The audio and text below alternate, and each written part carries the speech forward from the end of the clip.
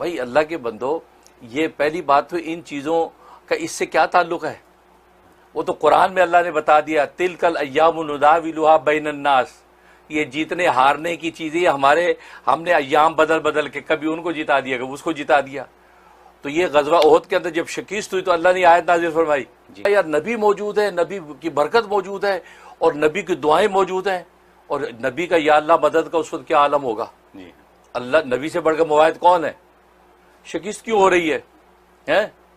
تو اللہ نے کہا نہیں، تلک الایام نداولها بین الناس، یہ شب و روز کی جو دن ہے، یہ تو ہم کبھی اس کو فتح دیتے ہیں کبھی اس کو فتح دیتے ہیں، یہ تو ہمارا کام ہے، یہ ایک الگ سسٹم ہمارا۔ ہاں، اس کا اس سے کوئی تعلق نہیں ہے کہ نبی موجود ہے شکست کیوں ہو گئی۔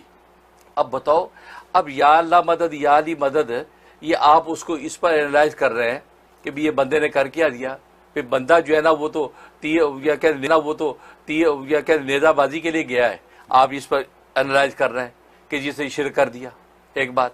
اور دوسری بات یہ کہ اصل میں ہمارے اساتذہ ایک بڑی خوبصورت بات کہتے تھے کہ 1 من علم کے لیے 10 من عقل چاہیے۔ اچھا، کیونکہ اس علم کو ڈیلیور کہاں کرنا ہے، کس وقت کرنا ہے، کس وقت نہیں کرنا، یہ تو عقل دے گی نا آپ کو۔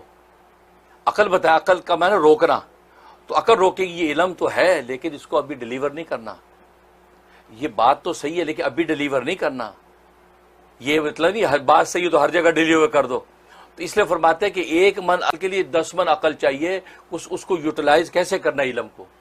آج اصل میں سوشل میڈیا آ گیا، ایک تو مائک ہر بندے کے ہاتھ میں آ گیا ہے، وہ 1 من علم تو ایک چھٹانک علم ہوتا ہے، ایک چھٹانک علم ہوتا ہے، اور عقل تو خیر ویسے ہم عقل سے پیدل ہیں، تو پھر ہم جو کرتے ہیں پھر وہی کرتے ہیں۔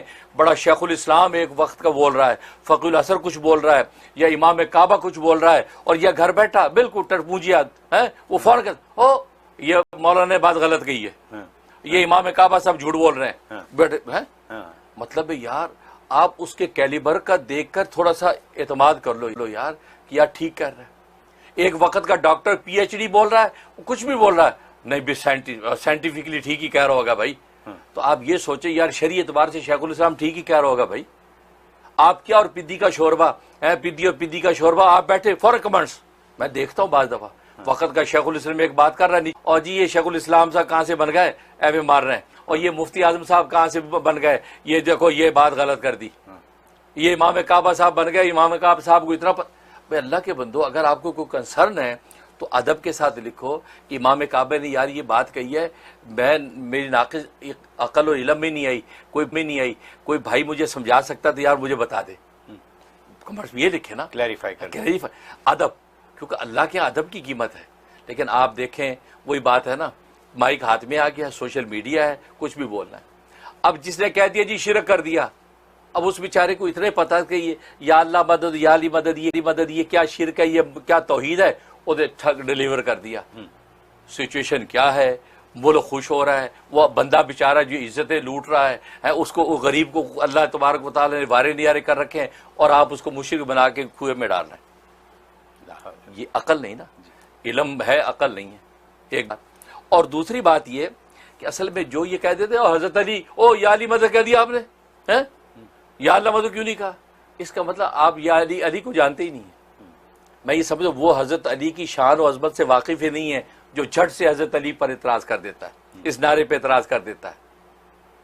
کیونکہ حضرت علی مرتضیٰ رضی اللہ تعالیٰ کون ہے، یہ تو یا سرکار دو عالم سے پوچھیں، یہ تو صدیق اکبر سے پوچھیں، یہ عمر فاروق سے پوچھیں، جو بڑے ہیں وہ اس چھوٹے کی عظمت کو، اس کی علم اور فہم کو سمجھتے ہیں۔ انہوں نے جو ریمارکس دے رکھے ہیں اس کی عظمت اور شان کے، وہ پوچھیں بھائی۔ یہ حضرت علی وہ آدمی ہے، اور ایک چھوٹا سا قلعہ خیبر کا مسئلہ، غزوہ خیبر ہوا، خیبر کی قلعہ فتح نہیں ہو رہا، صحابہ زور لگا لیا، سب نے نہیں فتح ہو رہا۔ رسول اللہ صلی اللہ علیہ وسلم نے فرمایا کل صبح فجر میں جس کو جھنڈا دوں گا اس کے ہاتھ پہ خیبر فتح ہوگا۔ اب بابا کب سے لگے ہوئے ہیں قلعہ خیبر فتح نہیں ہو رہا، تو صبح فجر کی نماز کے بعد ہر صحابی یوں اوپر ہو کے گردن اونچی کر رہا ہے کہ رسول اللہ مجھے بلا دے۔ حضرت حذیفہ الجمان کہتے ہیں میں یوں سر کر رہا ہوں، حضرت عمر فاروق فرماتے ہیں میں سوچ رہا ہوں مجھے اس ہاتھ مل جائے، ہاں پورا میں، اور حضور جیسے فاروق ہوئے دیکھا پورے مجمع. اب عاشقوں کو تو اب عاشق تو معشوق کے اشارے پر مرنے کو بیٹھا ہوتا ہے، آپ کسی کو نہیں اشارہ کر رہے. خاموشی، سناٹا. صحابہ حیران ہے کہ رسول اللہ کس کو ڈھونڈ رہے ہیں. ایک دم آپ کی گردار اسی، علی کہاں ہے؟ این العلی، علی کہاں ہے؟ کہا جی وہ حضرت علی کی جو آنکھیں آئی ہوئی ہیں وہ خیمے میں ہیں، وہ آئے نہیں، بلاؤ علی کو. صحابہ فرماتے کہ ہمیں لگا لو بھائی یہ تو خوش نصیب حضرت علی ہے، لگتا ہے اس کے ہاتھ پہ قلعہ خیبر فتح ہوگا. دیکھو سوچنے کی بات ہے نا، سوچنے. اچھا حضرت علی ہے، آنکھیں آئی ہوئی. آپ نے کیا ہوا علی؟ یا رسول اللہ آنکھیں آئی ہوئی ہیں، گرمیوں میں جیسے آ جاتی ہیں. آپ نے لعاب مبارک نکالا، آنکھوں میں ملا، کہا کہ کھولو. حضرت علی فرماتے ایسی ہو گئے جیسے کبھی بیماری تھی نہیں. فرمایا کہ یہ جھنڈا تیرے ہاتھ میں، تیرے یار جس علی کے ہاتھ پہ خدا نے آسمانوں پہ فتح لکھ رکھی ہو، آپ اس علی کو پہچانتے نہیں ہے لگتا. لہذا حضرت علی گئے. وہ دروازہ پرویز صاحب تاریخ میں لکھا ہے، وہ دروازہ جس کو 70 آدمی مجاہد قسم کے وہ دروازے کو کھولتے تھے بند کرتے تھے. اتنا وزنی اور بھاری دروازہ خیبر کے قلعے کا اکیلے حضرت علی نے پکڑا، چوں اکھاڑا. آپ سوچ سکتے ہیں، اکھاڑ کے کمر پہ رکھ کے اندر گھس گئے شہر میں. اور لوگ ڈر کے مار کے ان کی فوجیں بھاگے کہ یار یہ کون سا جن بھوت ہے بھائی، یہ دروازہ اٹھا کے بھاگا رہا ہے ایک آدمی. اب اندازہ کر وہ کیا تھا، وہ کون سی خدا نے جو نصرت نازل کر دی تھی حضرت علی. پھر وہ جو مرہب تھا سپہ سالار، پھر اس کو جو مقابلہ ہوا، جس طریقے اس کو تہ کیا حضرت علی نے، وہ پورے واقعات ہیں. تو کہنے کا مقصد فتح شکست کا مدار بنایا جا رہا ہے حضرت علی کو، ٹھیک. لہذا اس بیس پہ اللہ تبارک و تعالیٰ یہ فتح عطا فرما دی، ٹھیک. اب ہوا کیا؟ اب یا علی مدد کا جو نعرہ، یہ نعرہ وسیلہ ہے، توسل ہے، شرک نہیں ہے.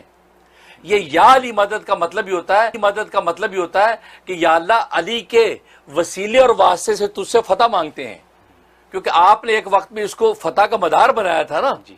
تو آج ہم اس کے وسیلے سے تجھ سے فتح مانگتے ہیں، کیونکہ شکست اور فتح کا معاملہ ہے، تو اللہ پھر فتح اتارتے ہیں. اس لیے یہ نعرہ وضع ہوا تھا. یہ نعرہ کوئی شرک کے لیے نہیں ہوا خدا نہ، اور اگر کوئی خدا نہ خاصا بطور شرک کی یہ نعرہ لگاتا ہے، اللہ کے مقابلے میں یا علی مدد کہتا ہے کہ مجھے علی کی مدد چاہیے، اس کی نہیں، اللہ کی نہیں چاہیے، اور علی حاضر ناظر ہو کر میری مدد کر رہے ہیں، تو وہ تو کھلا شرک ہے، اس پہ شک نہیں ہے.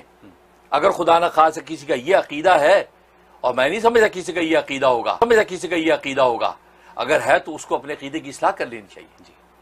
اگر ارشد ندیم نے اس عقیدے سے بات کہی ہے تو ارشد ندیم قصوروار ہے، اس کو تعلیم کریں کہ بھئی آپ یہ نہیں یوں یہ نیت کر لیں. اور مجھے پتا ہے کہ جتنے اہل سنت والجماعت کے لوگ ہیں، ظاہر شیعہ کمیونٹی تو یا علی مدد کا نعرہ لگاتی ہے، ان کا عقیدہ تصور ہے، اصل میں اوپر سے تو چلا ہے وہی وسیلے کی وجہ سے، توسل کے لیے چلا تھا. اگر شیعہ کمیونٹی غلطی سے اس کو وہ بناتی ہے، علی اللہ بناتی ہے، تو پھر وہ اس شرک سے توبہ طائب ہوں.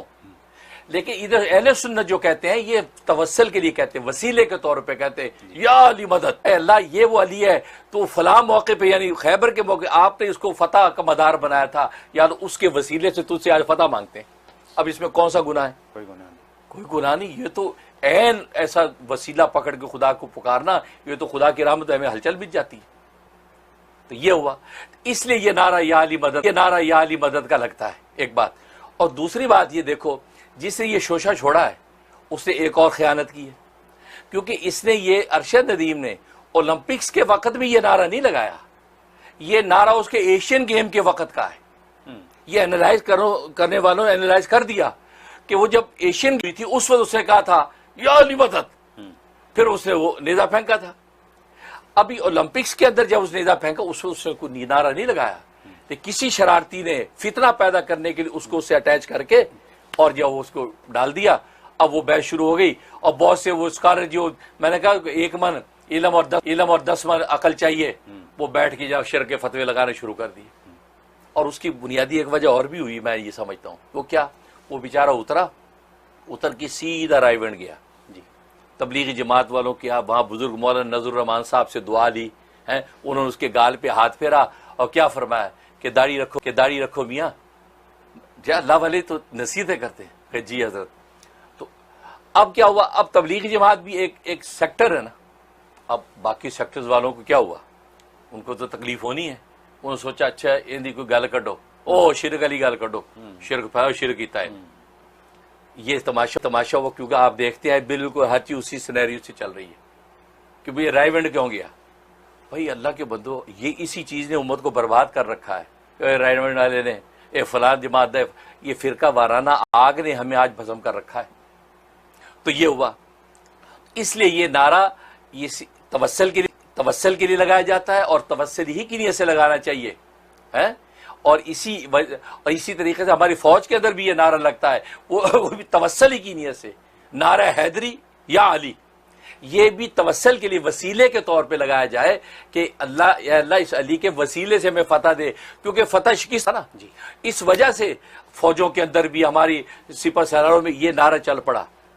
لیکن اس سے شرک اور توحید سے کوئی تعلق نہیں بھائی. یہ توسل پکڑنا یہ وہ توحید ہے، اور اہل سنت والجماعت کا برحق عقیدہ یہی ہے.